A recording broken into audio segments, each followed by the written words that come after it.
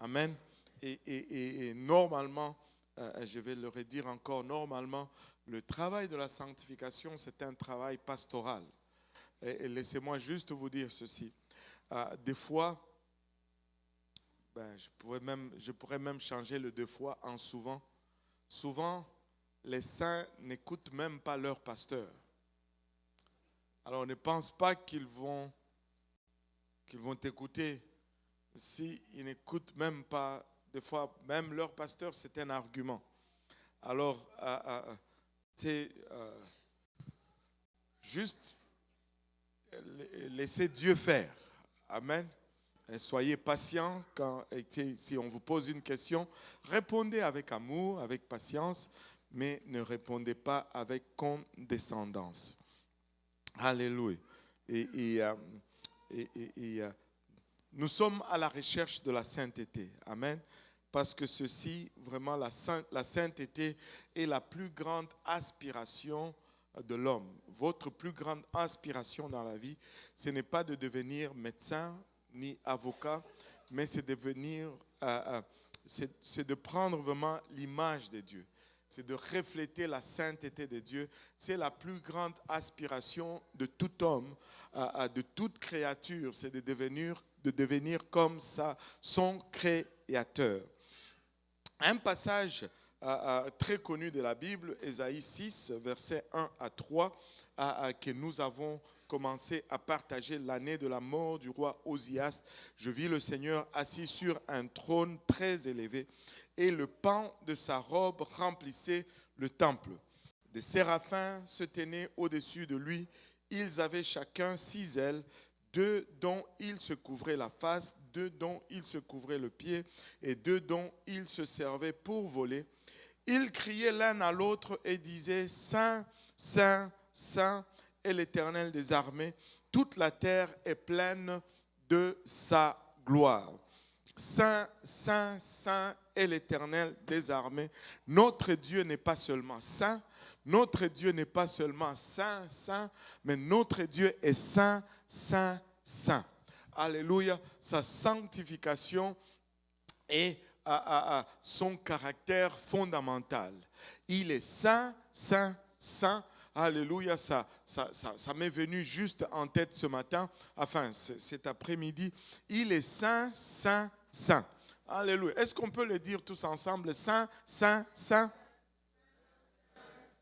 Waouh! Et ce n'est pas un hasard. Le hasard n'existe pas avec Dieu. Peut-être que je pousse ça trop. Je n'ai pas de référence biblique pour cela. Mais je n'ai pas de référence biblique non plus contre cela. Il est saint, saint, saint. Et je ne suis pas trinitaire. Amen. Mais il a 3 rôles. Le Père, le Fils et le Saint-Esprit. Mais bizarrement, nous avons aussi 3 dimensions. Le corps, l'âme et l'esprit. Et regarde, il ne laisse aucune opportunité d'aucune partie de ton être de ne pas être saint. Saint, saint, saint. Nous devons être saints dans le corps, nous devons être saints dans l'âme et nous devons être saints dans notre esprit. Parce qu'il est saint dans tous ses aspects, il est 3 fois saint, mais nous devons être saints aussi dans tous nos aspects. Et le mot saint vient du mot hébreu kadosh, qui signifie littéralement se séparer ou séparer pour consacrer. Le mot saint dans le concept biblique a une signification doublée. Non seulement saint signifie se séparer, mais saint signifie aussi se consacrer.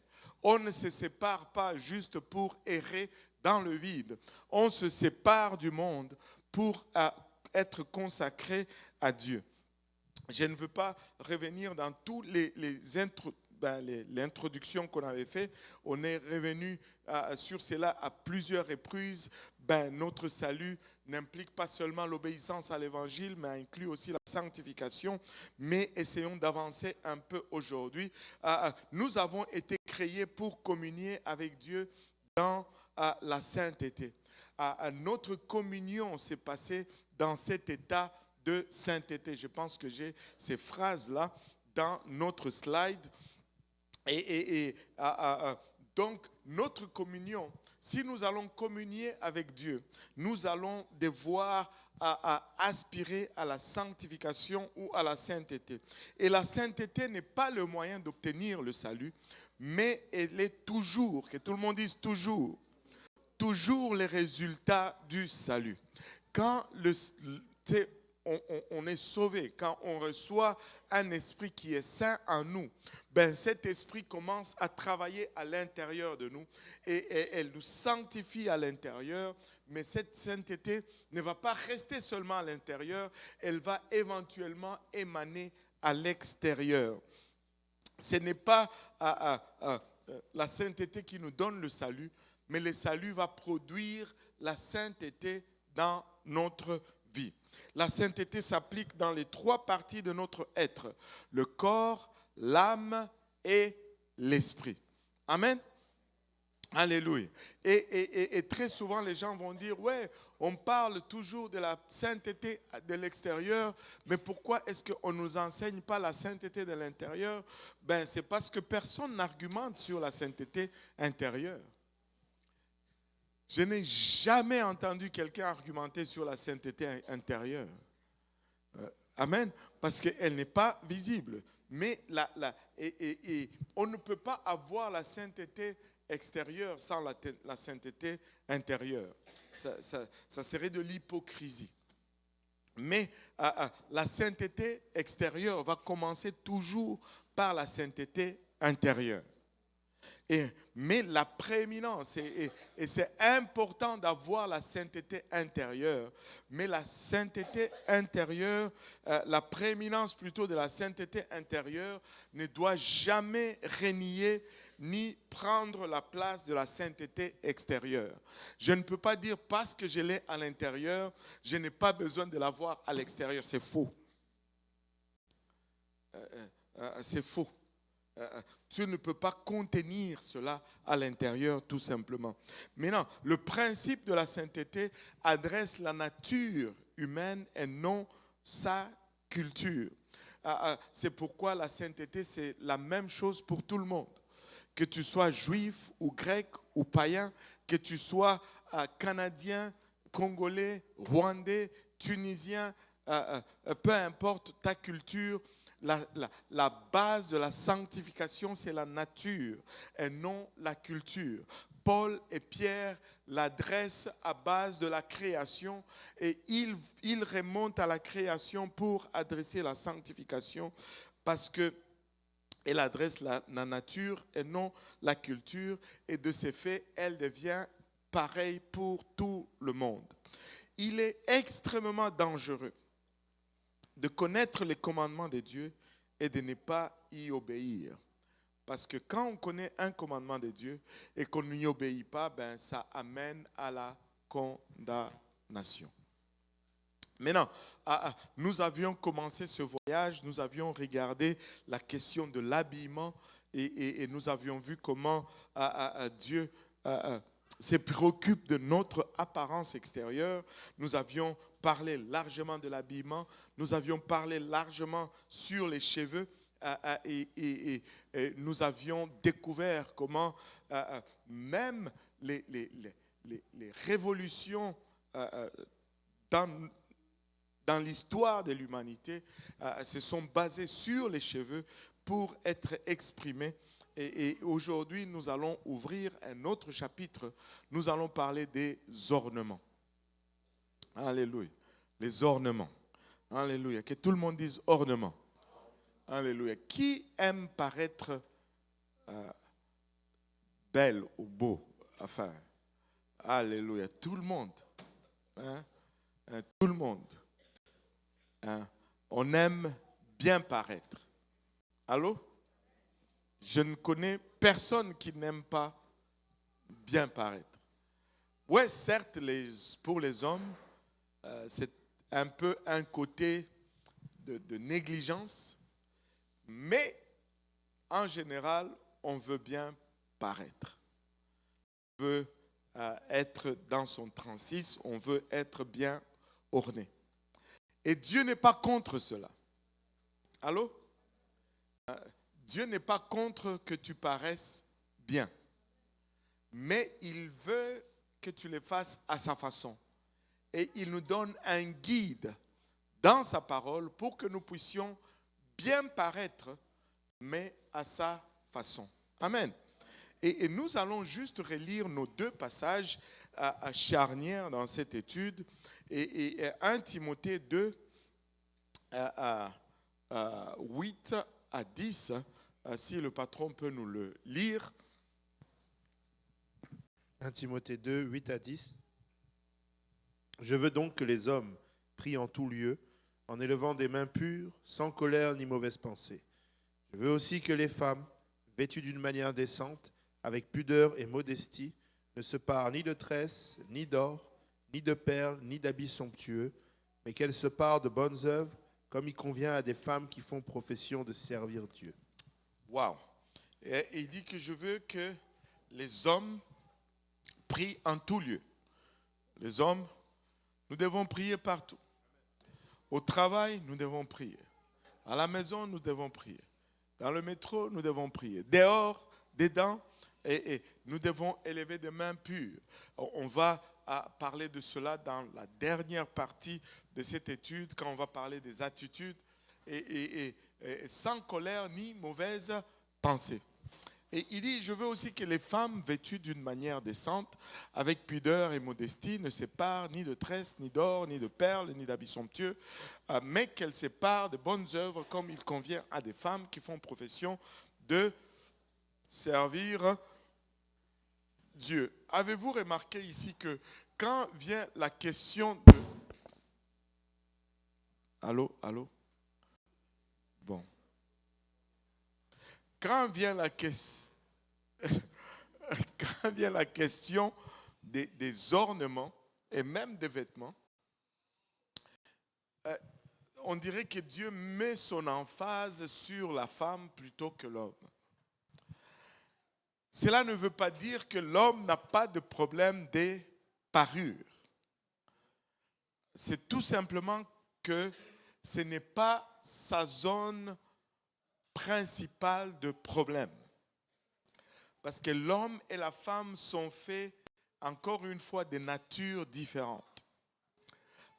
L'homme est un prédateur. Il est chasseur. Mais la femme, c'est une séductrice.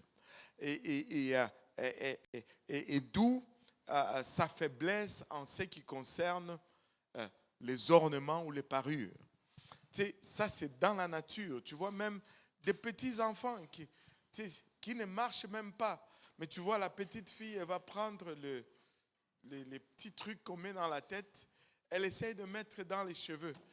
Tu te demandes, mais où est-ce que tu as appris ça, toi? Mais c'est parce que c'est inné en eux. Regardons, très souvent, on va accuser Pierre, plutôt Paul. On va dire qu'il a été chauviniste et que lui, il n'était même pas marié et il est dur avec les femmes. Mais laissez-moi vous dire, Paul et Pierre ont donné les mêmes instructions. On peut le voir dans le livre de 1 Pierre 3, 1 à 5 et 1 Pierre 3, 1 à 5.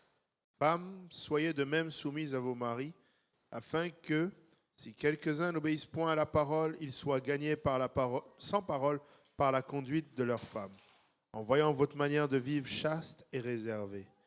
Ayez non cette parure extérieure qui consiste dans les cheveux tressés, les ornements d'or ou les habits qu'on revêt, mais la parure intérieure est cachée dans le cœur, la pureté incorruptible d'un esprit doux et paisible, qui est d'un grand prix devant Dieu. Ainsi se paraient autrefois les saintes femmes qui espéraient en Dieu, soumises à leur mari. Waouh!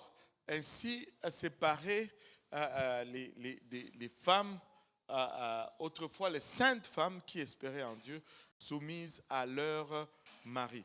Maintenant, Dieu veut qu'on se pare, qu'on sorte. Dieu est intéressé par la beauté. Et quand tu regardes juste la nature, tu ne peux pas te tromper là-dessus. Dieu est intéressé dans la beauté. Mais il désire que ça soit une beauté selon ce que lui a conçu que ça soit, et non une beauté selon ce que l'homme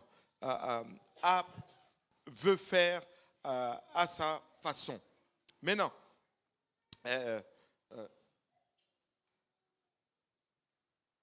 le prochain slide nous montre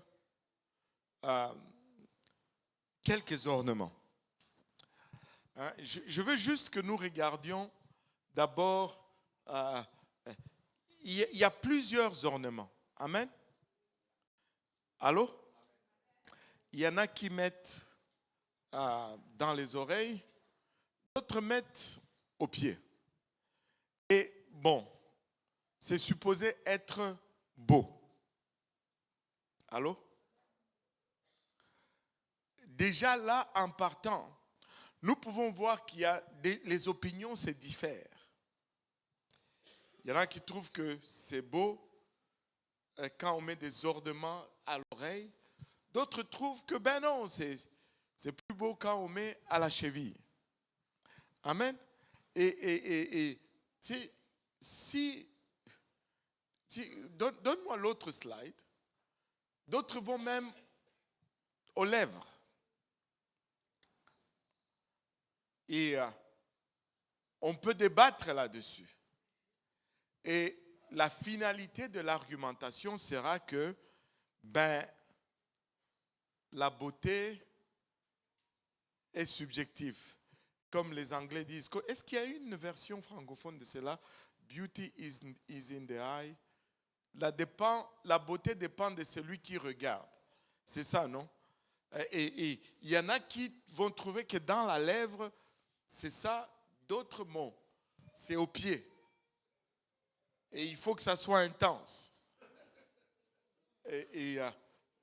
Maintenant, mais plus nous évoluons, plus, donne-moi l'autre. Donc chacun a un peu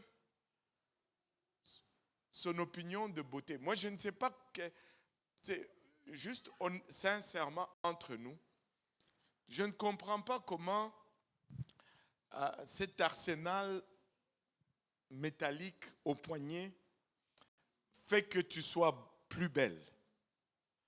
Je ne vois pas la corrélation entre ça et l'apparence de ton visage. Est-ce que je suis à côté ou bien? Alléluia.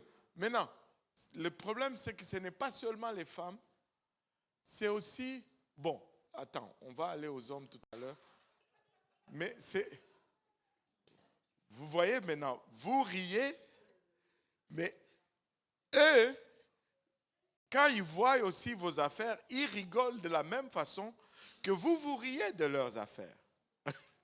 Amen. Mais tout ça, c'est au nom de la beauté. Il y en a qui pensent que le cou allongé, c'est plus beau. Il y en a qui pensent que la lèvre aplatie et élargie, c'est plus beau. Maintenant, on va prendre quel standard de beauté? Vous savez, il y a longtemps, quand tu allais en Afrique, dans ma tribu, je ne sais pas pour certains pays, je pense que pour certains, la plupart des pays africains, c'était là. Tu sais, on se faisait des incisions dans la peau. Et c'était ça, la beauté. Tu sais, une longue incision comme ça, jusque sur le nez, et puis deux ici, et puis on mettait ici et ici. Et ici aussi. C'était ça la beauté. Si tu n'avais pas ça, tu n'étais pas in. Tu n'étais pas cool. Imaginez-vous un peu si on prenait Julia aujourd'hui et on allait lui faire des... Elle ne va pas accepter. Elle va dire, je ne peux pas accepter ça. Alléluia. Mais c'était ça, la beauté. Tu vois, mais voilà, il y a toutes les cicatrices qu'il y a, c'est des embellissements, des ornements. Maintenant, les hommes s'y mettent aussi.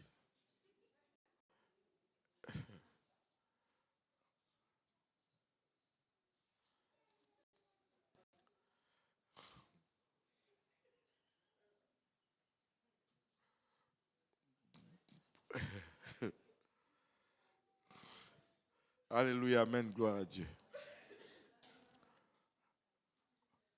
On s'est battu pour enlever les chaînes de l'esclavage, mais on va se remettre d'autres chaînes volontairement.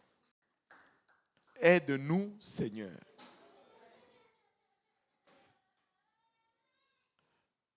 Ah, il y a un enfant qui est tombé. Aïe, aïe, aïe, aïe, aïe.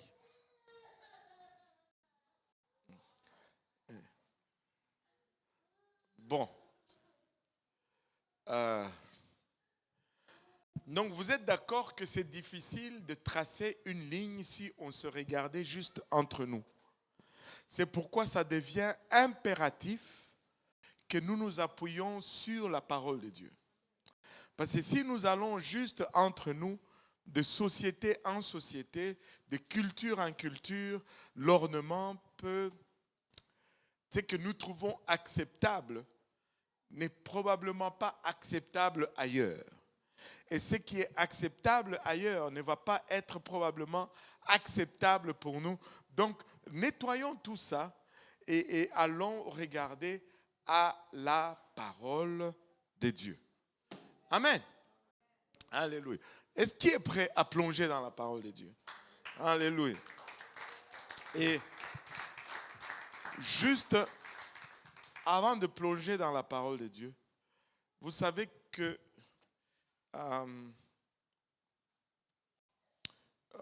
je n'ai pas pensé à sortir cette référence, mais c'est d'une encyclopédie quelque chose que vous allez remarquer que les bijoux ou les ornements, c'est placé souvent proche des orifices du corps. Parce que, en général, l'origine des bijoux, c'était une protection spirituelle. Et on les plaçait aux orifices du corps humain dans l'objectif d'empêcher les esprits d'entrer en nous. Parce que les anciens croyaient, oh, j'ai oublié la conférence des dames, il y a une liste pour s'inscrire en arrière. Vous pouvez soit vous inscrire sur la liste ou soit faire le code QR et vous inscrire. C'est gratuit, mais on a besoin de savoir le nombre. C'est pour la gestion, surtout de samedi, parce qu'il y aura un banquet ou quelque chose comme ça. Donc, on doit s'inscrire pour pouvoir gérer et se préparer de la bonne façon. Donc, retournons à nos ornements. Les bijoux étaient placés sur les orifices. À l'oreille, c'était pour protéger le trou de l'oreille. Au nez, c'était pour protéger l'entrée de nez. À la bouche, c'était pour protéger la bouche. Et les colliers qu'on mettait au cou, c'était pour protéger le cœur, littéralement.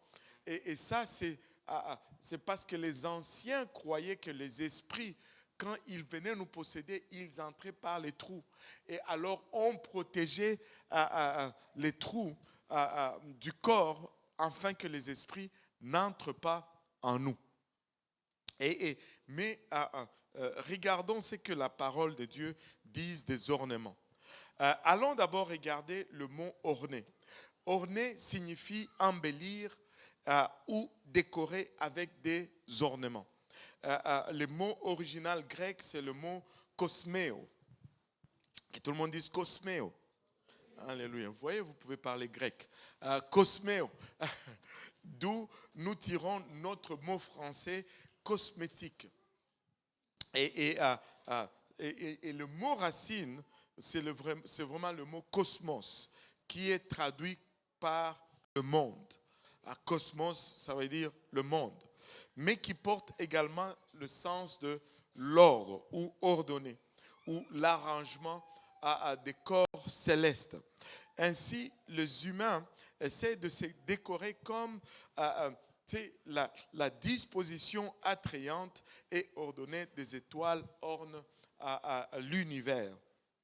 Et la question de parure, donc, ne va pas seulement s'appliquer au domaine cosmétique moderne, mais plutôt aussi aux bijoux, parce que ce sont des choses que nous utilisons pour nous orner ou pour nous embellir ou nous décorer. Ainsi, les gens regardent, par exemple, on regarde un ciel sombre au milieu de la nuit, on voit toutes ces étoiles qui brillent, on veut aussi également se décorer des diamants et de toutes ces choses qui brillent. Et toutefois, nous allons remarquer que les apôtres nous indiquent clairement que la façon dont les femmes ont souvent tendance de s'orner ou de se parer est en opposition directe de la façon dont Dieu désire qu'elles se parent. Dieu veut que nous soyons beaux et belles. Dieu veut notre beauté. J'avais donné l'exemple d'un panier de fruits. Si Dieu était intéressé seulement dans notre santé, les oranges allaient être grises, les raisins allaient être grises, les pamplemousses allaient être grises, les pommes allaient être grises, les Macintosh allaient être grises, les Granite Smith allaient être grises. Tu allais faire un panier de fruits, ça n'allait pas être du tout beau, tout allait être gris, mais c'est plein de santé. Mais au-delà de la santé, Dieu est intéressé dans la beauté. Il y a des raisins verts, des raisins rouges, même des raisins bleus, des raisins longs. Avez-vous déjà goûté aux raisins longs là, qui viennent du Liban? Ces choses-là, c'est mortellement bon. Quand tu commences, tu n'arrives pas à arrêter. Et il y a des clémentines, des pommes vertes, des oranges qui sont oranges, et tu fais un panier de fruits. Non seulement c'est bon pour la santé, mais c'est beau aussi pour le regard. Et Dieu désire que nous soyons non seulement des bonnes personnes moralement, mais que nous soyons aussi des belles personnes agréables à regarder. Amen. Et donc, Dieu est intéressé dans notre apparence. Et une étude honnête de la Bible sur les sujets du maquillage et des bijoux est susceptible d'être un peu offensant. Ce n'est pas facile de faire une étude sur les maquillages et les bijoux aujourd'hui et de ne pas offenser quelqu'un. Savez-vous pourquoi? Parce que l'usage de ces choses a été normalisé dans notre société. Et presque toutes les femmes les ont utilisées à un moment donné, si elles ne sont pas nées dans une église qui prêche la sanctification. Même si des fois elles sont nées dans une église, elles vont tricher à côté pour voir un peu ce que le monde fait. Laissez-moi vous dire, des fois, les gens qui sont nés dans l'église sont curieux, essayer de voir ou de goûter un peu au monde. Laissez-moi vous dire, il n'y a rien là-dedans, croyez-moi. Tu n'as pas besoin d'essayer la drogue pour savoir si la drogue est dévastatrice ou pas. Juste regarde les effets. Tu n'as pas... Et là, des fois, les gens qui sortent du monde, que Dieu nous a délivrés des choses, nous allons parler comment Dieu nous a délivrés. Et des fois, ceux qui sont nés dans l'église vont se sentir moindres, vont se sentir comme si, et je mets vraiment des gros guillemets, comme si ils n'ont pas de témoignage. Laissez-moi vous dire que c'est tout un témoignage que Dieu t'ait gardé et que tu n'aies pas eu besoin de tomber dans ces choses, de te compromettre dans ces choses. C'est tout un témoignage de dire que j'ai grandi, je n'ai jamais touché à une cigarette, je n'ai jamais touché à la drogue, parce qu'il y a des gens qui luttent avec cela nuit et jour pour s'en sortir et marcher droitement devant Dieu. Alléluia. Et donc, ces choses-là ont été normalisées dans notre société. Et c'est très facile que cette étude soit offensante. Mais ne sois pas offensé. Regarde cela tout simplement comme étant Dieu qui étend sa main et essaye de t'amener encore plus proche de lui. Et vous savez, il n'existe aucun moyen. Il n'y a pas, si on est honnête, j'espère qu'on est honnête. Amen.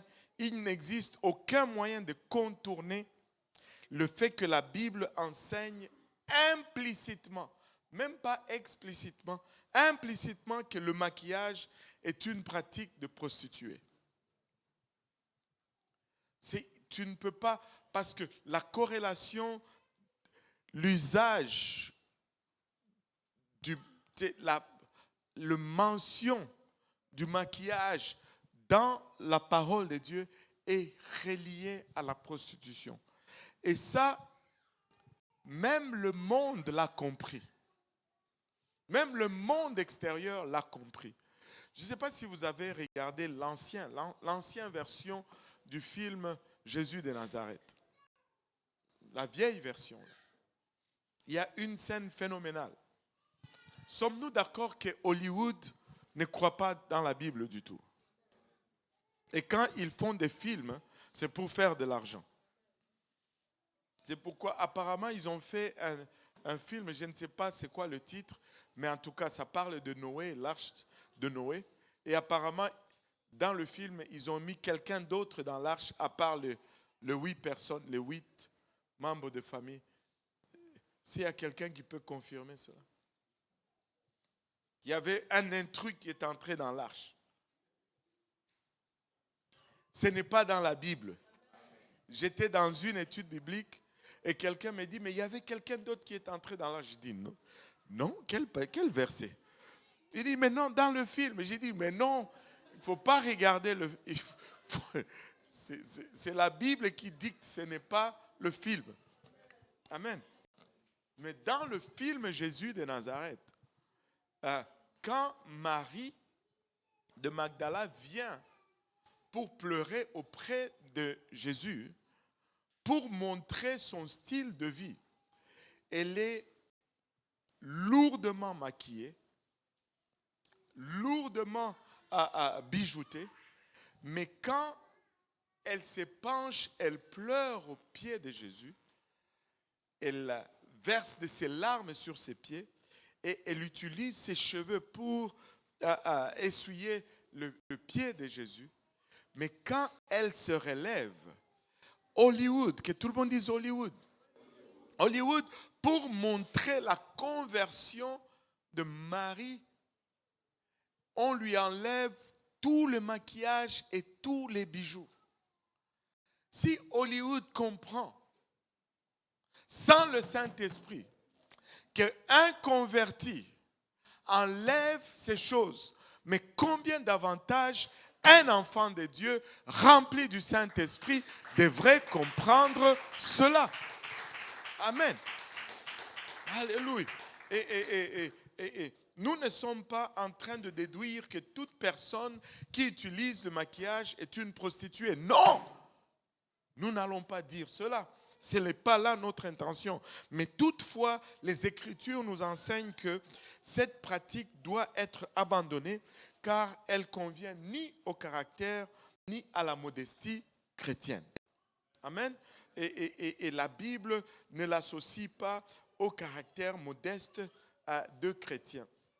Il y a fondamentalement, quand on regarde les ornements, il y a fondamentalement 3 positions, surtout quand on parle de bijoux, il y a 3 positions que l'on peut prendre concernant les bijoux ou les ornements.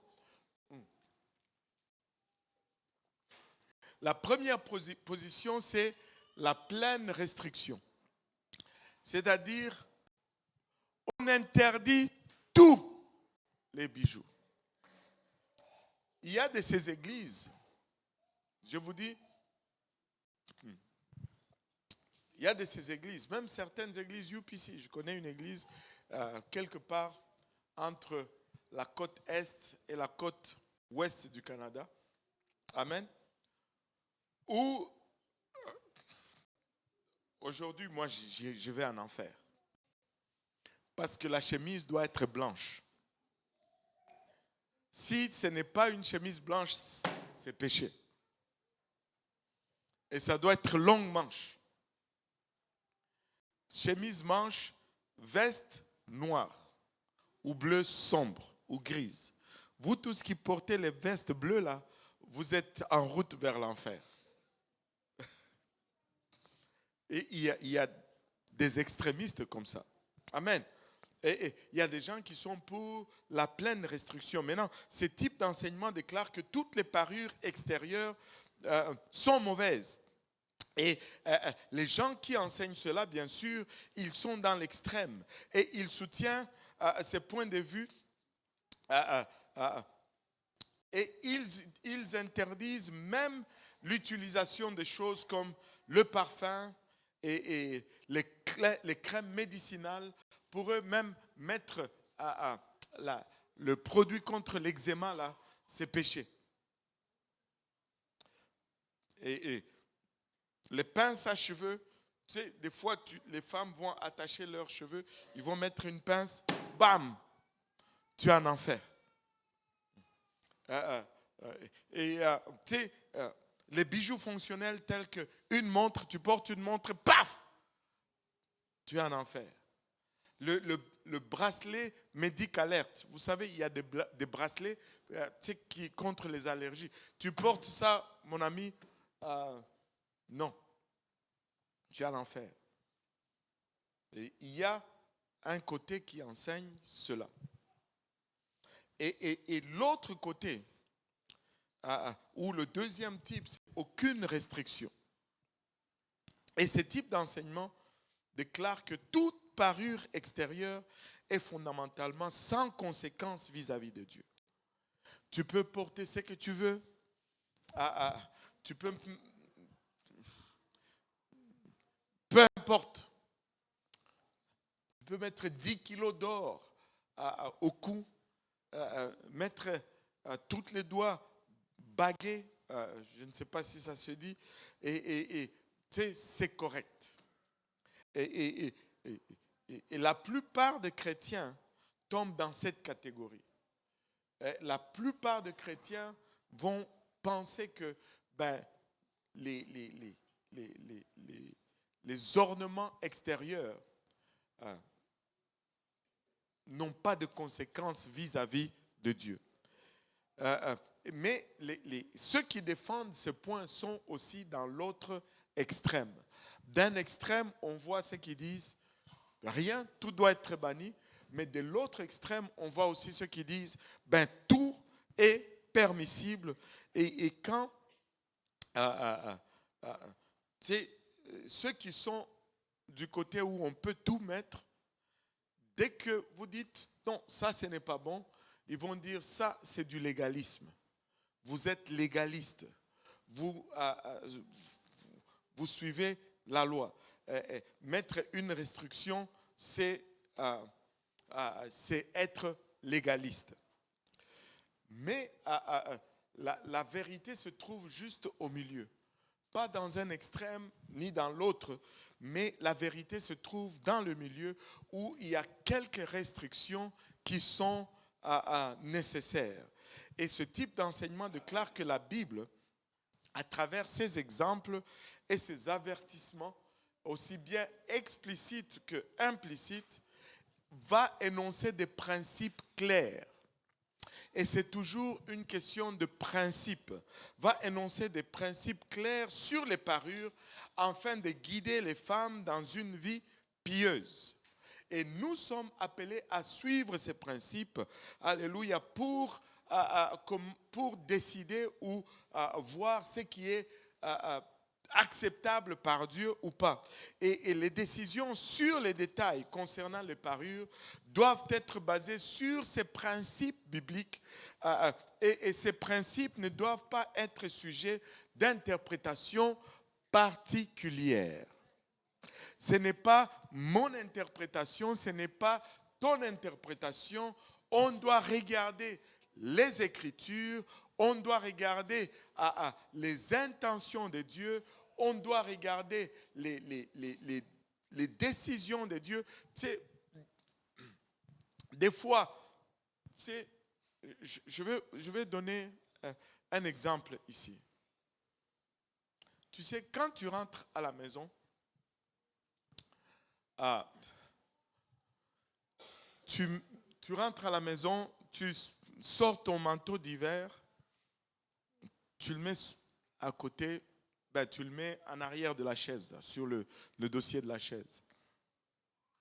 Et puis, maman vient, elle prend le manteau, elle va le mettre sur le porte-manteau à l'entrée. Demain, tu fais la même chose, elle vient, elle te dit peut-être pas, mais par sa réaction, tu peux déduire qu'elle n'aime pas qu'on fasse ça. Amen. Mais avec la parole de Dieu, c'est la même chose. Il y a certaines choses que Dieu ne va pas dire. Mais par sa réaction, quand on fait ces choses, on déduit qu'il n'aime pas cela. C'est ce qu'on appelle un enseignement implicite. Amen. On va regarder cela et on va déduire ce que Dieu aime ou n'aime pas, ou accepte ou n'accepte pas, par rapport à comment il répond quand les hommes font ces choses. Et nous ne pouvons pas y injecter notre interprétation. Quand nous tirons ce principe, nous l'appliquons. Amen. Alléluia. Donc, ce n'est pas parce que chaque détail de la parure n'est pas sujet d'une écriture absolue. Ce n'est pas parce que la Bible ne dit pas tu ne porteras pas de chaînette que cela veut dire qu'on peut le faire. Amen. La Bible ne dit pas non plus tu ne mangeras pas de la pelouse. Mais je vois personne qui mange de la pelouse. Allô? Allô? Alléluia. Donc, on ne peut pas se lancer à faire des déductions qui n'ont pas de sens comme ça. Parce que nous savons que nous ne vivons pas comme ça. Amen. Alléluia.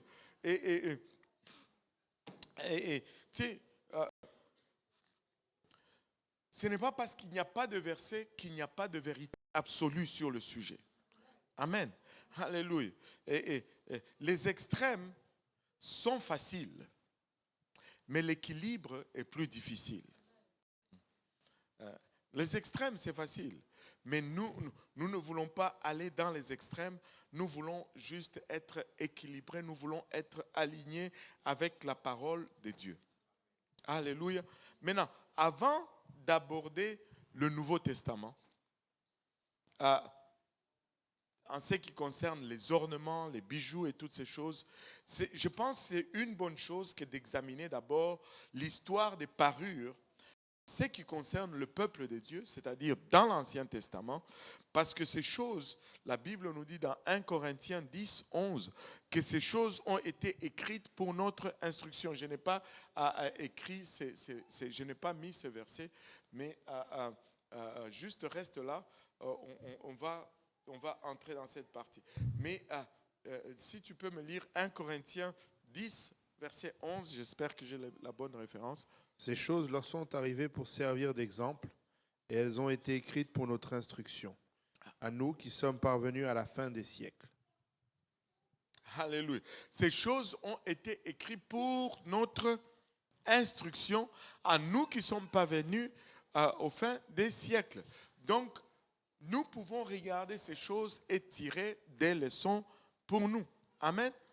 Maintenant, quand on regarde les parures ou les ornements ou les bijoux dans l'Ancien Testament, la première chose qu'on va remarquer, c'est qu'il y a Dieu va utiliser un enseignement implicite. Il y a des instructions que nous allons avoir de façon implicite.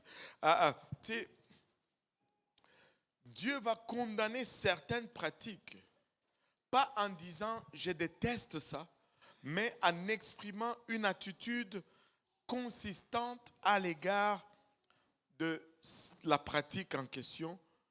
Et il ne va pas donner une interdiction directe, mais il va y avoir une réaction consistante par rapport à ces choses, comme l'exemple que j'ai donné tout à l'heure. Et ça devrait nous donner un enseignement concernant la chose. Amen.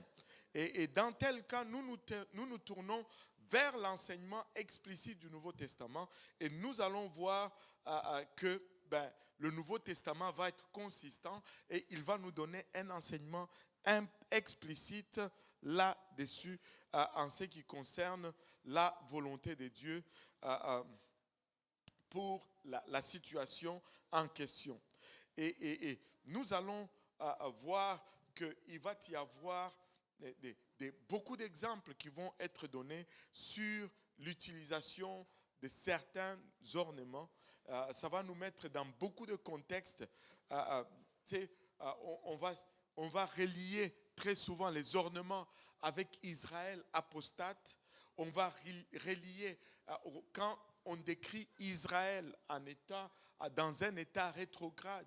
On va l'associer à un état lourd d'ornements et de parures. Et cela constitue une opinion solennelle de la part de Dieu concernant ces choses. Deuxième chose, ou deuxième type d'enseignement que nous pouvons regarder dans l'Ancien Testament, c'est le tabernacle terrestre. Vous rappelez-vous du tabernacle que Moïse a construit dans le désert? Dans l'Ancien Testament, Dieu habitait parmi les hommes ou parmi son peuple, mais il était dans le tabernacle ou le temple. Mais dans le Nouveau Testament, nous n'avons pas de tabernacle, nous n'avons pas de temple. Dieu habite littéralement en nous. Amen. Donc, si nous allons regarder à l'Ancien Testament, vu que Dieu habite en nous, regardons au tabernacle pour avoir l'image exacte de ce que Dieu veut que nous paraissions. Très souvent, nous faisons l'erreur de regarder à Israël. Mais ce n'est pas Israël que nous devons regarder. C'est le tabernacle, parce que c'est le tabernacle qui est vraiment un meilleur modèle ou un meilleur exemple de comment nous devons vivre, plutôt que de regarder à Israël. Israël qui lui-même constamment désobéissait à Dieu. Amen. Regardons au tabernacle. Et si nous regardons le tabernacle au dehors n'était pas du tout décoré. Mais à l'intérieur, il était tapissé, couvert entièrement d'or. Et le tabernacle, c'était le tout premier type d'habitation de Dieu sur la terre. Mais nous ne sommes pas le second, nous sommes le troisième. Entre nous et le tabernacle, il y a eu le Seigneur Jésus qui était l'habitation de Dieu sur la terre.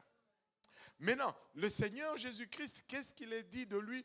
Il n'y avait ni beauté, ni éclat pour attirer notre regard. À l'extérieur, il était juste terne, juste normal, mais à l'intérieur, c'était la plénitude de la divinité. Alléluia. Le plan a été respecté. Au deuxième adresse, nous, le troisième adresse, ne gâchons pas le plan. Alléluia. Soyons simples à l'extérieur, mais à l'intérieur, il doit y avoir la divinité. Le tabernacle n'était pas du tout décoré à l'extérieur. L'extérieur, c'était la peau de dauphin, une peau terne, grisâtre, noirâtre, mais à l'intérieur, c'était extrêmement beau. C'était tapissé d'or. Alléluia. Et ça émanait la gloire de Dieu à l'intérieur. Maintenant, regardons la typologie de l'or. L'or, tu ne peux pas ne pas associer l'or à Dieu dans l'Ancien Testament.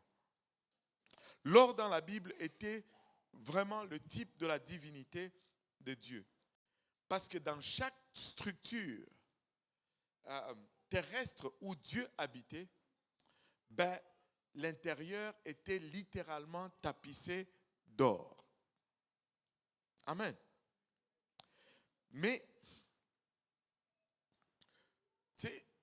quand on arrive maintenant dans le Nouveau Testament, Dieu n'habite plus des structures construites par des mains d'hommes. Dieu habite à l'intérieur de nous. Notre intérieur, si nous avions de l'or, ça devait être à l'intérieur. Allô? Et non à l'extérieur. Et si on n'arrive pas à faire le lien, c'est qu'on est en train de passer à côté. Amen. Et le quatrième type d'enseignement dans l'Ancien Testament, ce sont les passages descriptifs, des passages qui vont décrire des bijoux.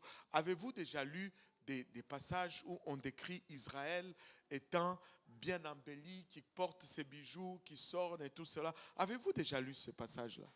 Est-ce que ça vous a déjà rendu confus en vous disant, mais je ne comprends pas pourquoi on nous enseigne à l'église qu'il ne faut pas mettre ça, mais là, Israël met ces choses. C'est tout simplement, probablement parce que vous n'avez pas tout lu.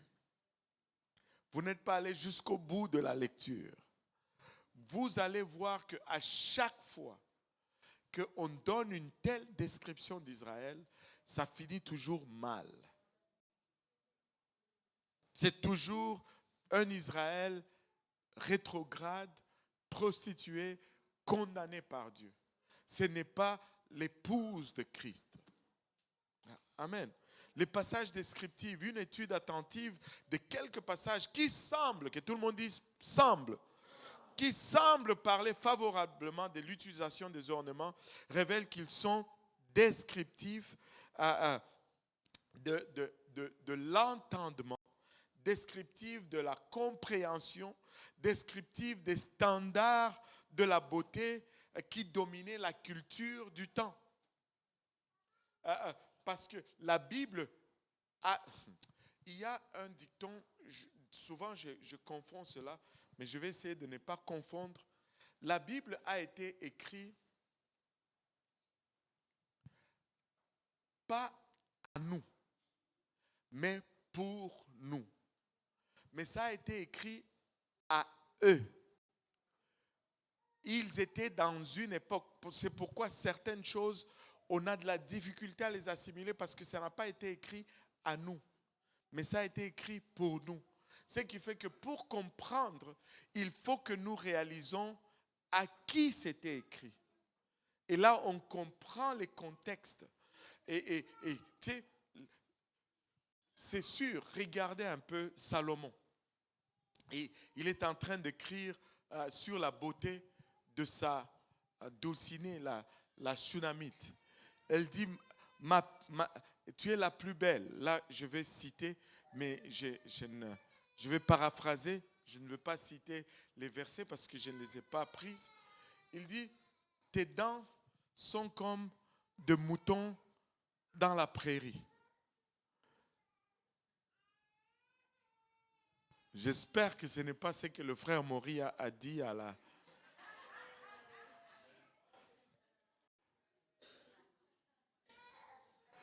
Il dit, ton nombril est comme un gobelet. Et tu es comme une jument de... Tu sais, il compare. Et c'est sûr que pour eux, ça signifiait une chose. Mais on ne peut pas prendre cela dans notre contexte aujourd'hui.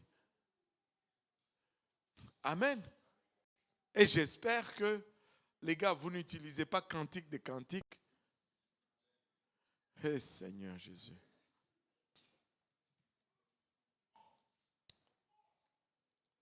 Donc, il y a certaines descriptions qui sont le reflet de standards de beauté de l'époque, mais qui ne sont pas l'opinion de Dieu sur ces choses. Amen. Et nous devons, pour s'en sortir de cela, pour trier tout cela, nous devons constamment rechercher l'attitude de Dieu envers une pratique et non pas adopter simplement la pratique parce qu'elle est inclue dans un passage descriptif ou allégorique des Écritures. Sinon, on va passer à côté. Amen. Nous devons constamment rechercher l'attitude de Dieu. Qu'est-ce que Dieu pense de cela? Qu'est-ce que Dieu dit? C'est quoi la réaction de Dieu par rapport à cela? Au lieu de dire, ah, mais c'est dans la Bible. Wow. Alléluia. Il y a beaucoup de choses qui sont dans la Bible, mais qui sont des descriptions des contextes ou des situations, mais qui n'ont rien à voir avec l'approbation de Dieu sur ces choses. Amen.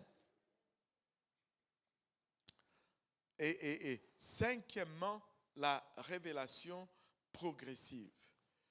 Sincèrement, ce n'est pas tout ce qui a été permis à l'époque de l'Ancien Testament qui reflète l'idéal de Dieu pour son peuple. Je vais vous donner un exemple de révélation progressive. Moïse dit au peuple, si quelqu'un te gifle à la joue gauche, tu le gifles aussi à la joue gauche.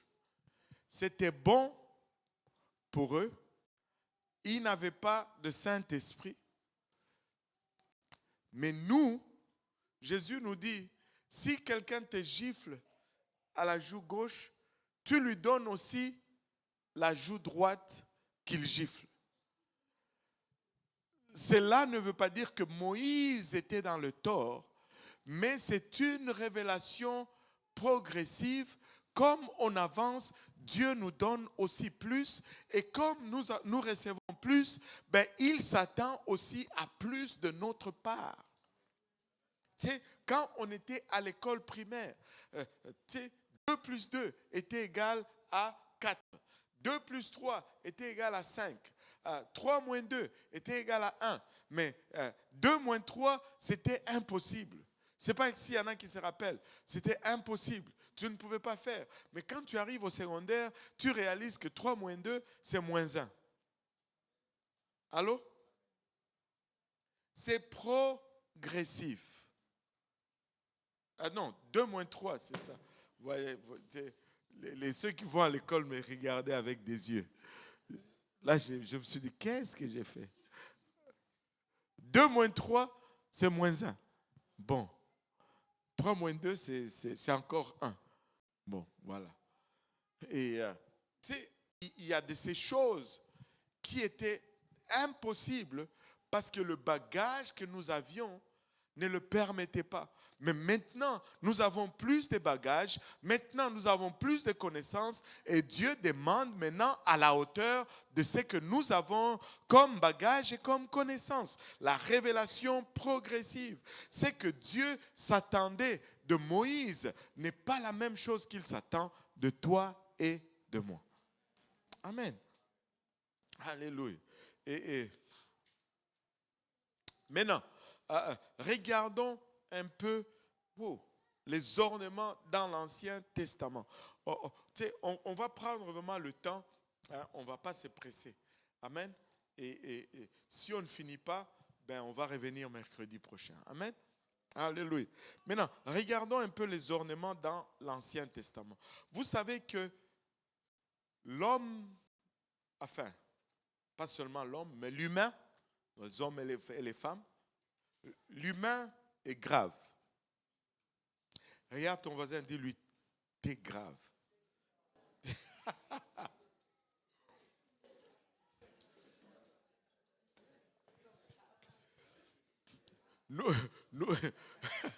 Nous avons l'art, nous sommes maîtres dans l'art de pervertir ce que Dieu nous donne. Tu sais, avez-vous déjà... Non, je ne veux pas aller là. Tu sais, nous avons l'art de gâter ce que Dieu nous donne. Vous savez que dans l'ancien temps, les bijoux, que tout le monde dise les bijoux étaient utilisés comme monnaie dans l'Ancien Testament, tout simplement parce que c'était précieux, ça avait de la valeur dans la culture antique. Job avait beaucoup de bijoux, mais pas pour montrer sa richesse, mais comme richesse, il n'y avait pas de monnaie. C'était ça la richesse de l'époque. Et cela pouvait être utilisé comme article d'échange ou paiement de dot. Vous rappelez-vous quand le serviteur d'Abraham est allé pour prendre la femme pour Isaac, il a donné des bijoux comme dot. Parce que c'était ça faisait foi de monnaie à l'époque. Et jusque-là, c'était correct. Il est important que les bijoux étaient une bénédiction de la part de Dieu. Allô? Abraham était riche en or. Allô? Et il était riche en argent, selon Genèse 13. Genèse 13, verset 2. On va juste le lire rapidement.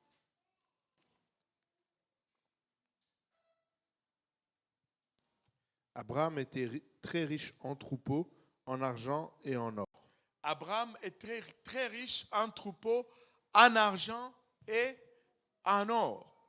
Argent ici, ce n'est pas des billets de 100 dollars canadiens, c'est le métal qui était sous forme de divers objets et qui servait de richesse ou de monnaie d'échange à l'époque.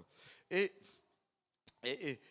Dieu lui-même, c'est Dieu lui-même qui avait demandé à Israël de prendre les bijoux des Égyptiens durant la nuit de leur libération de l'esclavage.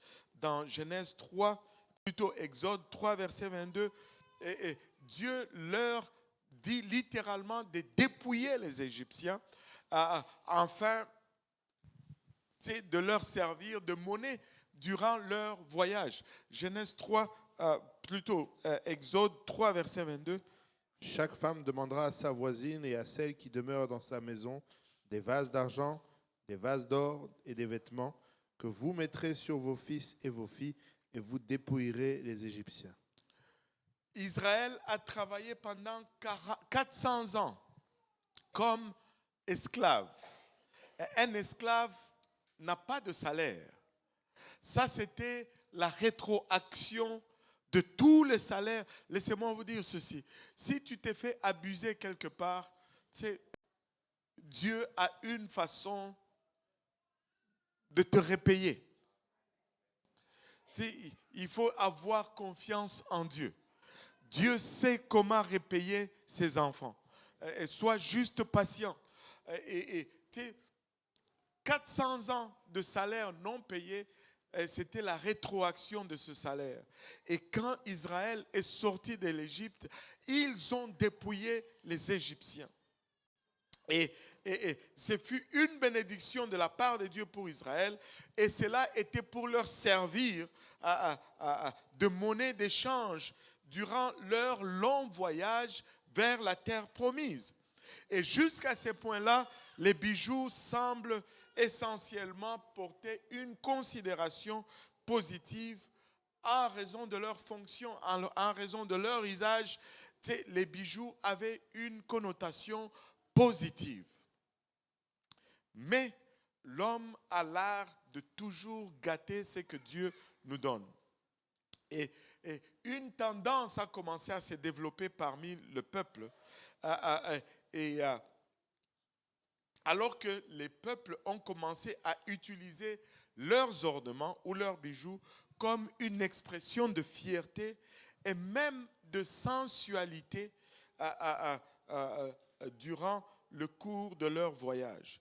Et c'est ce qui va nous aider à comprendre pourquoi dans l'Ancien Testament, Dieu, quand il demande à son peuple de se repentir, la première des choses qu'il fait, c'est de leur demander d'enlever leurs ornements. C'est une première histoire va se retrouver dans le livre de Genèse, Genèse 35. Ça, c'est l'histoire de Jacob avec ses fils. Jacob avait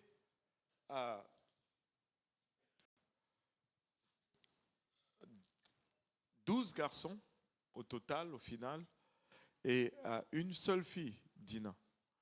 Mais cette fille s'est fait abuser et ses frères ont planifié de se venger par rapport à cela. Et ça a mis Jacob dans les troubles. Regardons un peu l'histoire. Genèse 35, versets 1 à 5. Dieu dit à Jacob, « Lève-toi, monte à Béthel et demeure-y. Là, tu dresseras un autel au Dieu qui t'apparut lorsque tu fuyais Ésaü, ton frère. » Jacob dit à sa maison et à tous ceux qui étaient avec lui, « ôtez les dieux étrangers qui sont au milieu de vous, purifiez-vous et changez de vêtements. » Waouh, point. Tu sais, Jacob avait peur à cause des massacres que ses fils ont faits. Et pour se rassurer, il voulait quitter le territoire, mais il voulait demander l'aide de Dieu. Il se retourne vers son Dieu pour cela. Et pour qu'il y ait consécration dans son camp, il donne cet ordre à son camp ou à son clan. Au verset 2, Jacob dit à sa maison et à tous ceux qui étaient avec lui, « ôtez les dieux étrangers qui sont au milieu de vous, parce qu'avec le temps, ils ont accumulé des amulettes. Rappelez-vous de Rachel qui était venue avec les amulettes de son père qu'elle avait volées. Et toutes ces choses, ce n'était pas agréable à Dieu. C'était toléré, mais ce n'était pas agréable à Dieu. Et quand ils veulent se consacrer, Jacob leur dit, ôtez tous ces dieux étrangers,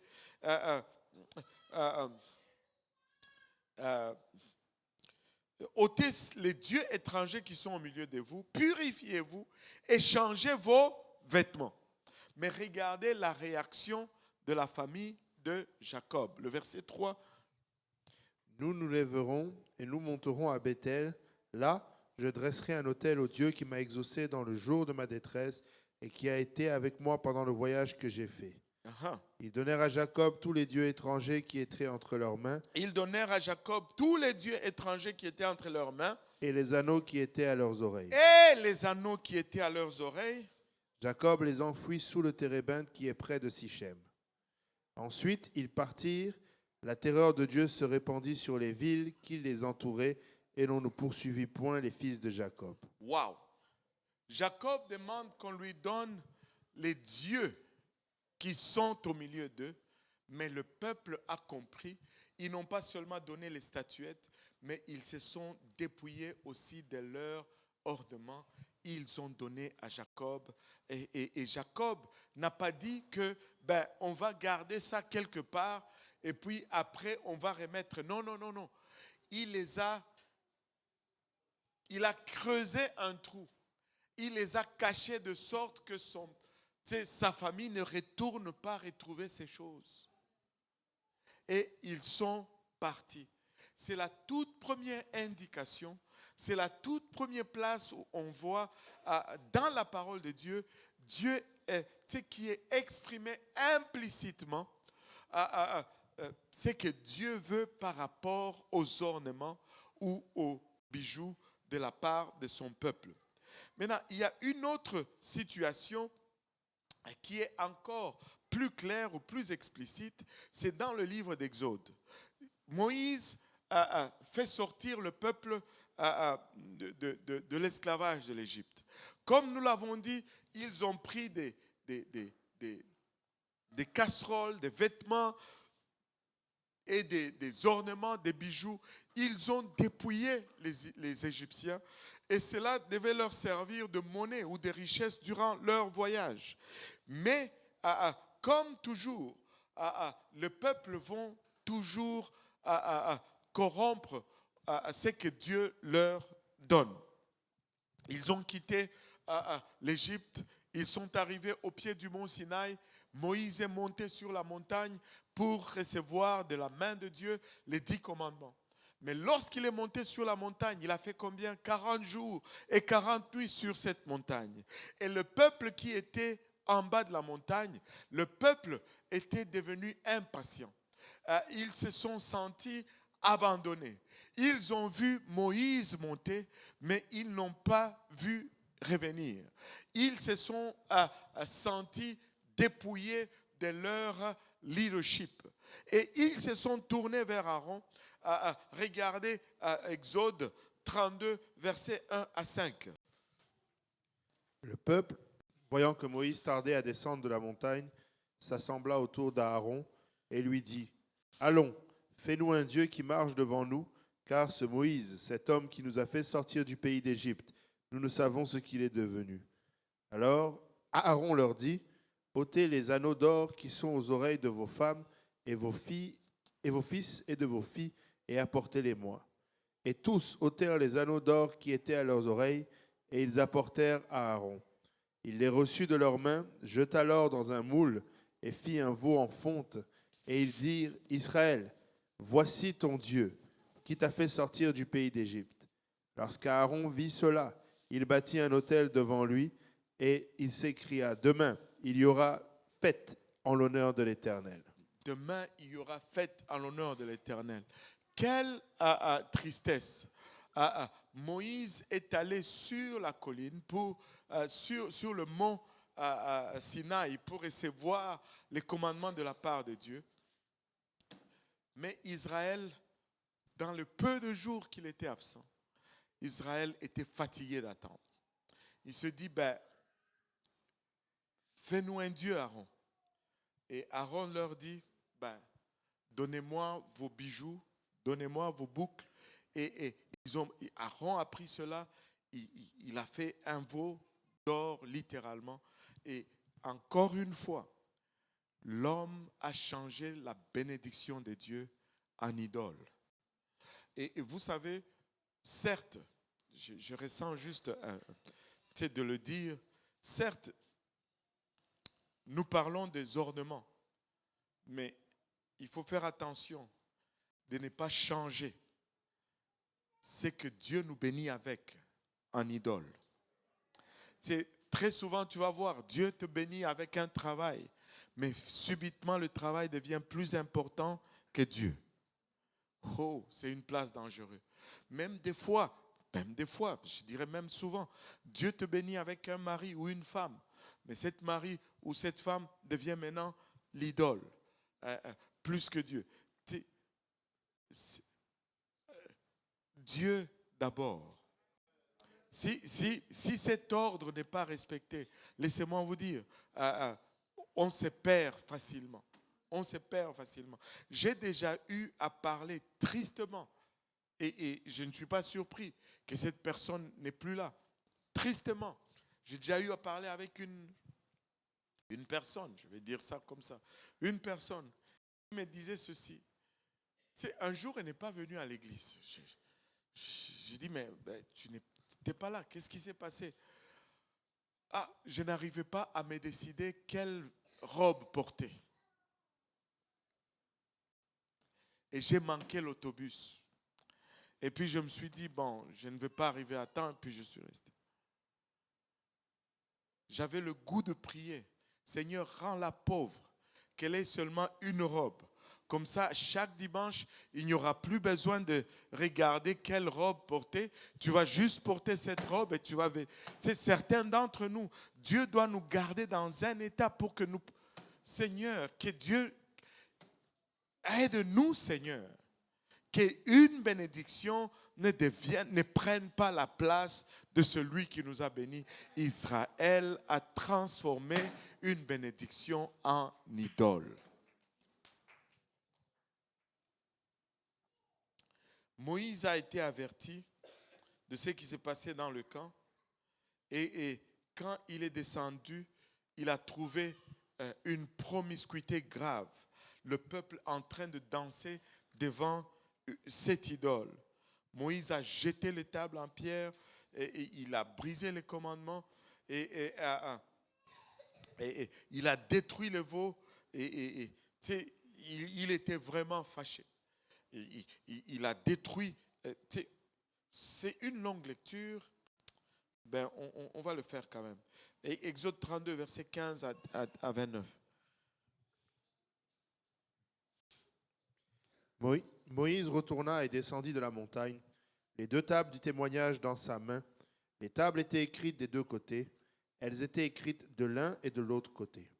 Les tables étaient l'ouvrage de Dieu et l'écriture était l'écriture de Dieu, gravée sur les tables.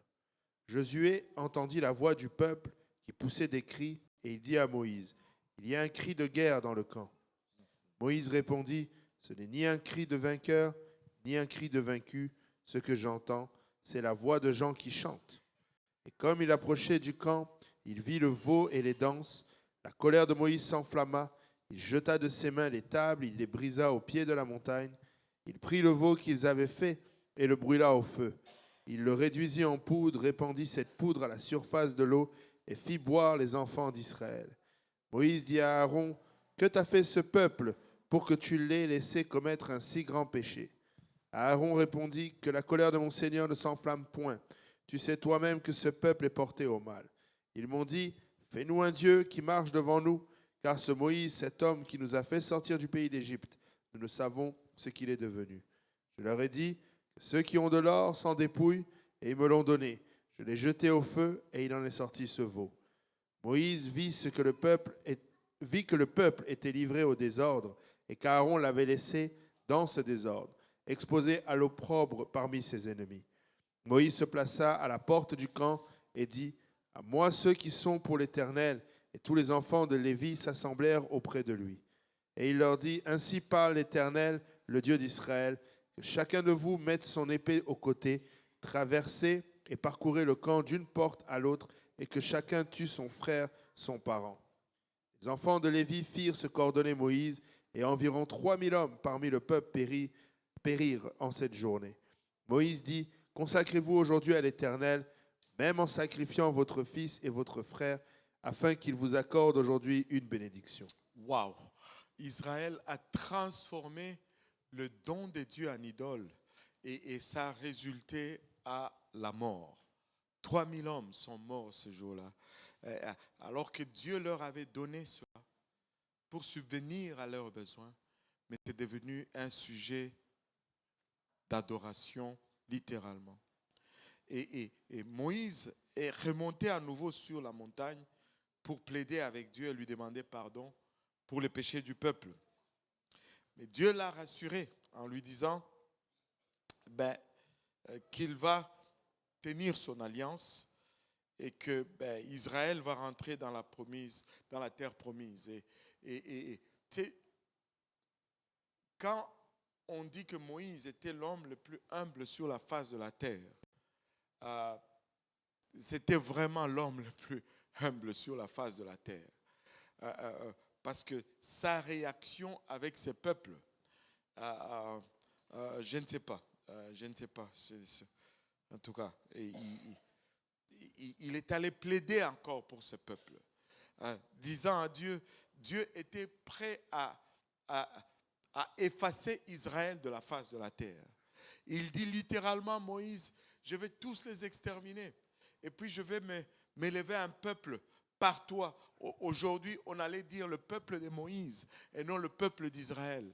Mais même cela, Moïse a refusé. Il dit non, non, Seigneur, si tu fais cela, tue moi-même. Et il s'est tenu dans la brèche et il a intercédé pour les peuples. Et tu sais, Dieu voulait les exterminer complètement. Regardez un peu Exode 33, versets 1 à 3. Je ne sais pas si je l'ai mis celui-là. Oui. L'Éternel dit à Moïse, va, pars d'ici, toi et le peuple que tu as fait sortir du pays d'Égypte, monte vers le pays que j'ai juré de donner à Abraham, à Isaac et à Jacob, en disant, je le donnerai à ta postérité. J'enverrai devant toi un ange, et je chasserai les Cananéens, les Amoréens, les Essiens, les Phéréziens, les Éviens et les Jébusiens. Monte vers ce pays où coule le lait et le miel. Mais je ne monterai point au milieu de toi, de peur que je ne te consume en chemin, car tu es un peuple au cou roide. Dieu dit, ok, partez d'ici, mais moi-même, je ne veux pas vous conduire. Si je marche au milieu de vous, je vais vous consumer parce que vous êtes un peuple qui est constamment tourné vers le mal. Et Dieu dit, moi-même, je ne veux plus vous accompagner, mais je veux vous envoyer juste un ange, suite à l'intercession de Moïse. Mais même cela n'était pas assez pour Moïse. Mais le peuple a eu vent de cela, que Dieu lui-même ne va plus venir avec eux. Et quand ils ont entendu cela, ils ont été profondément touchés et ils ont commencé la repentance. Mais regardez l'indication de la repentance parmi les peuples. Exode chapitre 3, verset 4 à 6. On va y aller étape par étape. Lorsque le peuple eut entendu ces sinistres paroles, il fut dans la désolation et personne ne mit ses ornements. Waouh! Lorsqu'ils ont entendu que Dieu n'allait pas venir avec eux, ils ont été profondément désolés. Et leur premier signe de repentance, c'était de ne pas mettre leurs ornements. Écoute, si tu ne le vois pas, c'est parce que tu ne veux pas le voir.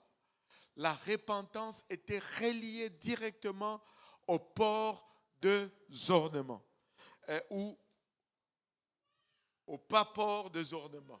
Je ne sais pas comment dire cela.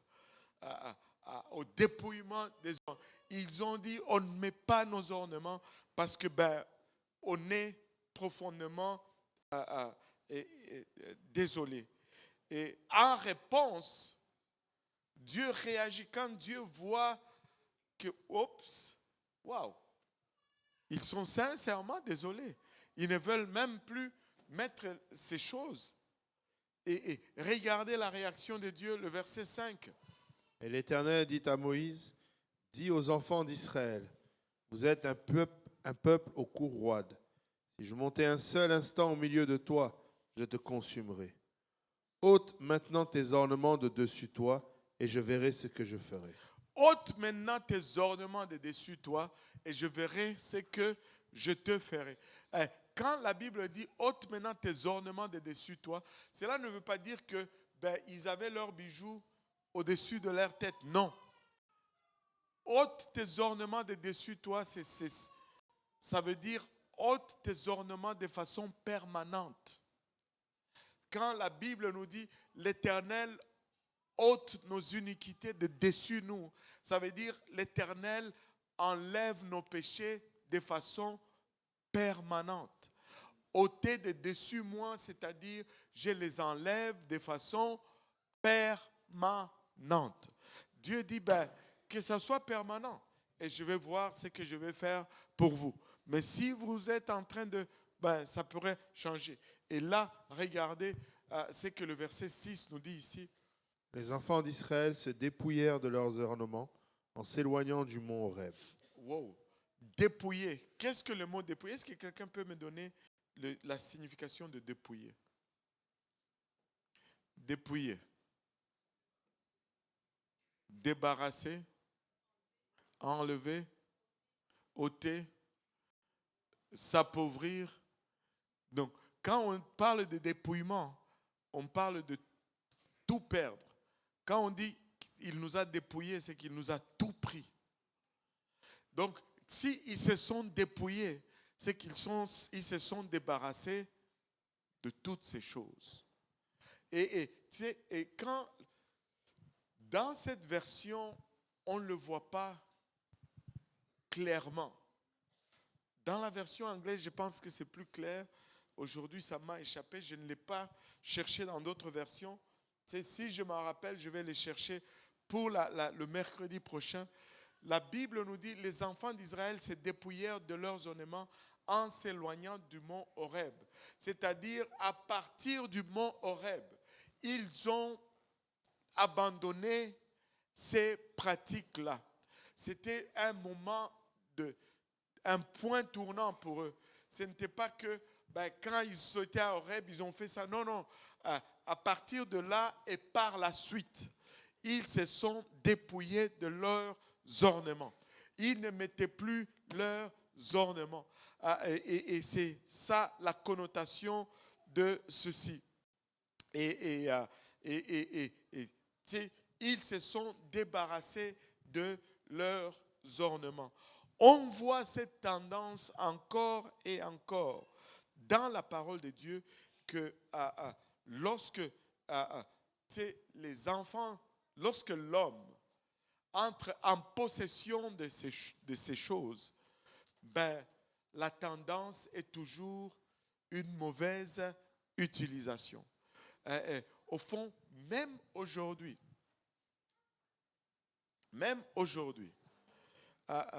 permettez-moi d'exprimer cette opinion.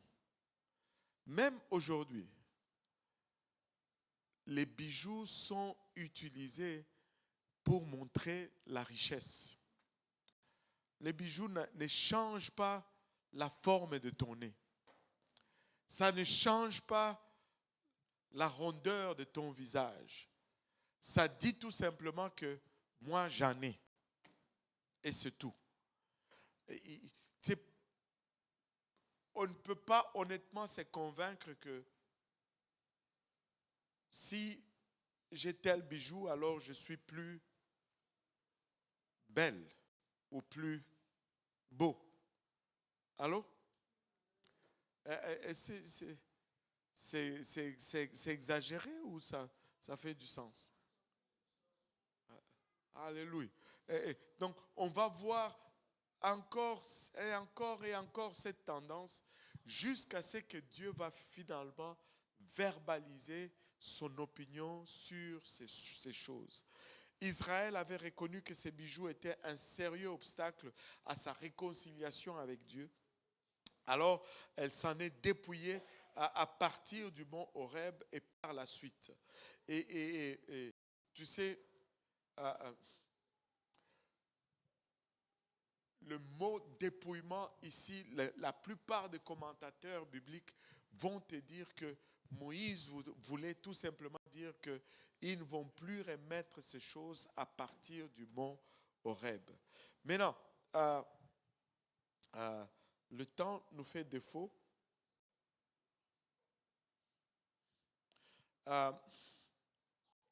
On va s'arrêter là pour aujourd'hui. Israël a pris cet engagement sincère de mettre fin à l'utilisation des ornements dans le but de montrer son désir sincère de se repentir vis-à-vis de Dieu. Ah, Louis II. C'est la version. Ah, bon.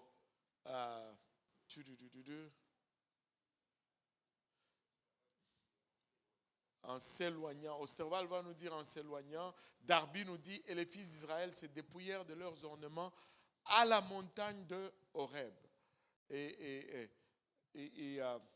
la version révisée nous dit, and the children of Israel stripped themselves of their ornament from Mount Horeb onward, et par la suite.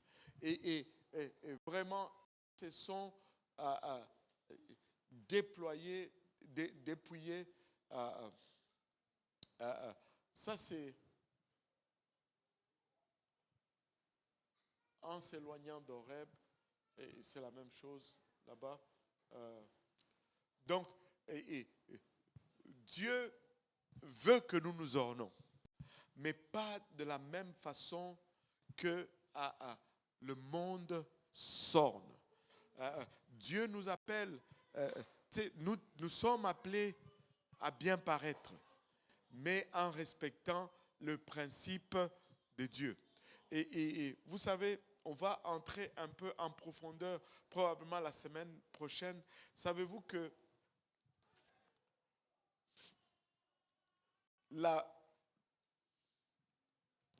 majorité des bijoutiers sont des paganistes.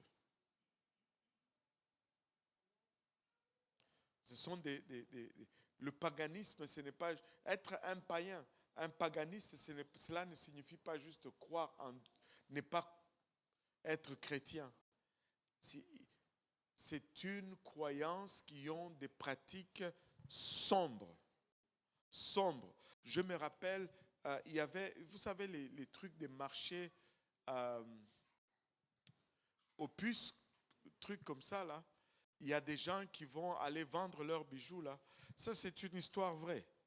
Il y avait 2 tables. Il y avait une table avec une qui était pleine de tatous et de trous partout.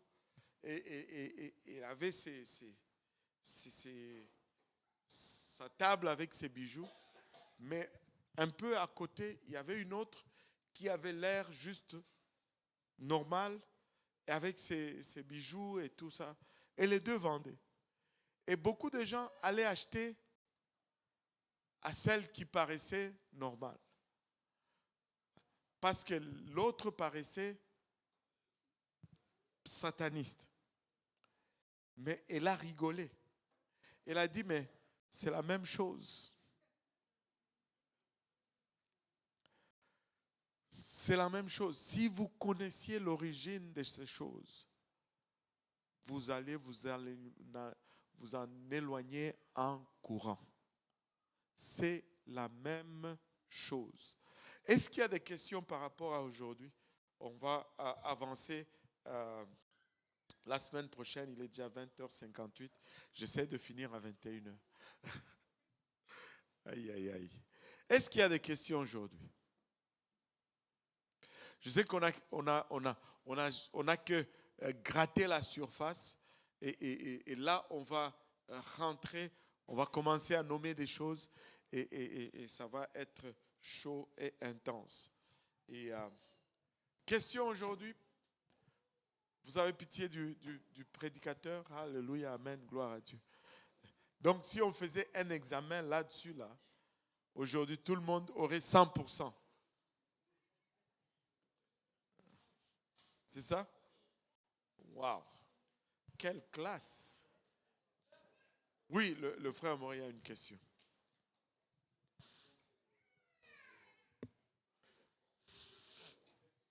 Oui. C'est pour au niveau des bagues.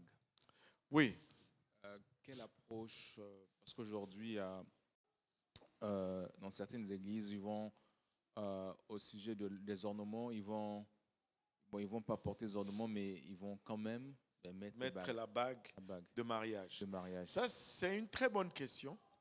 Et la première des choses à regarder là-dedans, c'est d'abord d'être d'accord sur une chose, que la bague de mariage, ce n'est pas un principe biblique.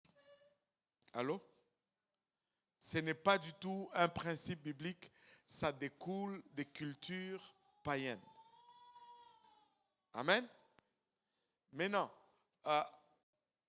il y a certains qui disent que si tu ne portes pas de bague, c'est comme si tu n'es pas marié et tu vas te faire solliciter.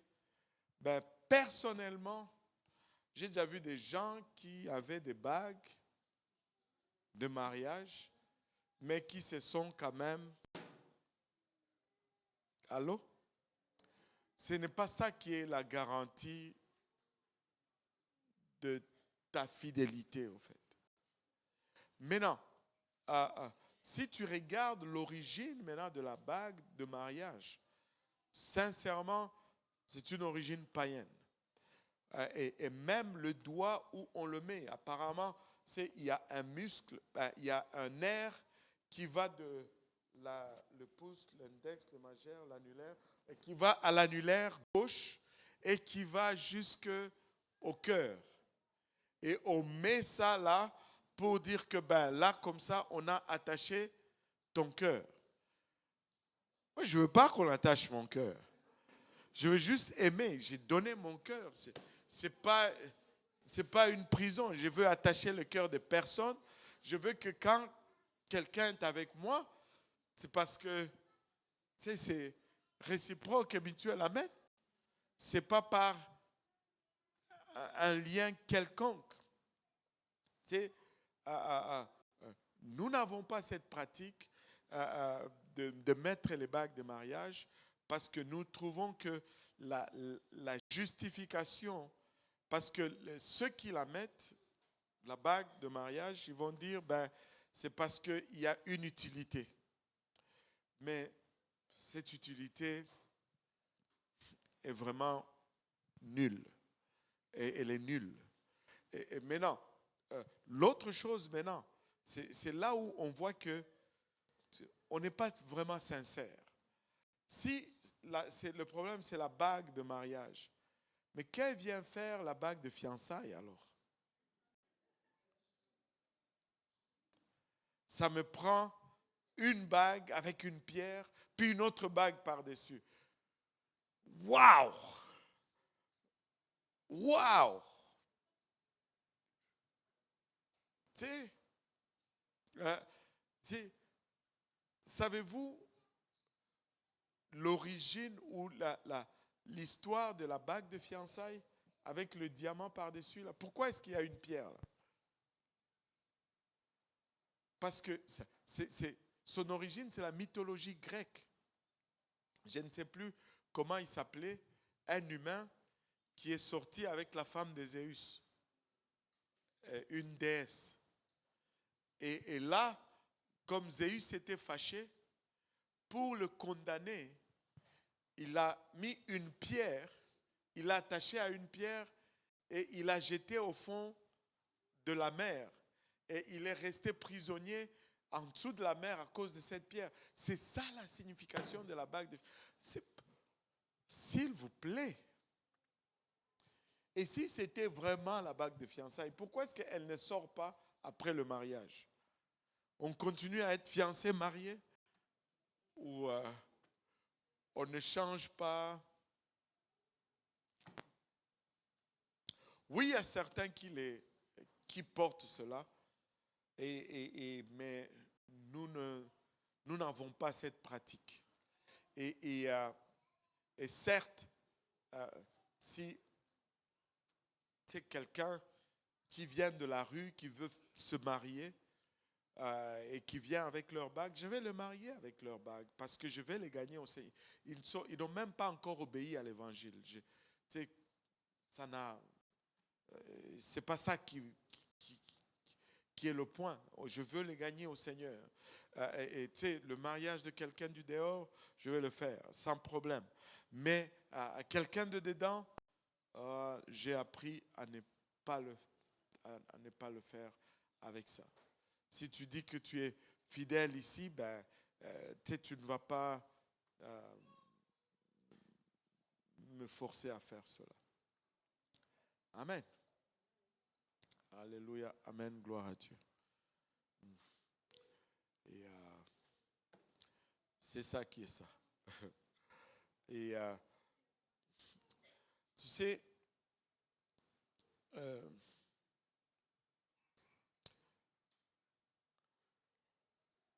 il faut servir Dieu avec un cœur total. Il faut servir Dieu avec tout ce qu'on a et tout ce qu'on est. Et je pense que c'est la seule chose que je vais ajouter. Amen. Alléluia. Le reste, le mercredi prochain.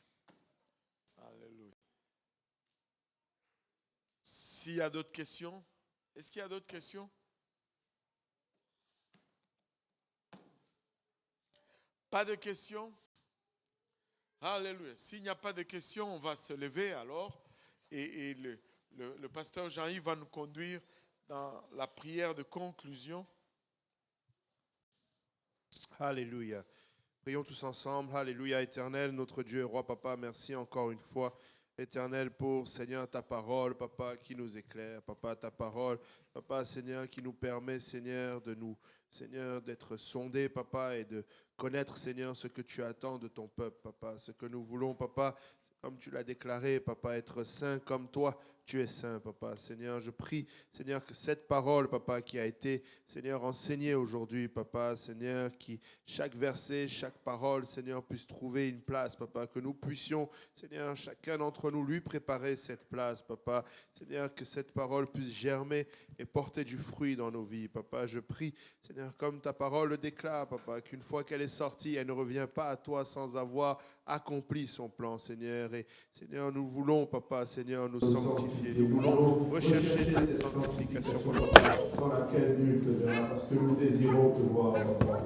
Seigneur, pour ceux qui, Seigneur, ont encore, Papa, de la difficulté, Papa, que nous puissions, Papa, Seigneur, rentrer dans la prière, Papa, et que tu puisses là nous sonder, Papa, et que, Seigneur, tu puisses nous aider, Papa, parce que tu es un Dieu qui te laisse trouver lorsque nous te cherchons, Papa, et c'est ce que nous sommes venus ici, chercher notre Dieu et notre Roi. Papa, Seigneur, je prie que tu nous gardes pour le restant de la semaine, le restant de la soirée, Papa, que tu ramènes ton peuple, Seigneur, tous à la maison, Papa, Seigneur, que tu nous protèges, Papa, que tu nous permets de venir encore ensemble, Papa, nous réunir, Papa, pour t'adorer, pour t'exalter et t'élever, Papa, que toute la gloire, l'honneur, la louange et l'adoration te reviennent. C'est au nom précieux de Jésus-Christ que nous avons ainsi prié. Et que tout le monde dise au nom de Jésus.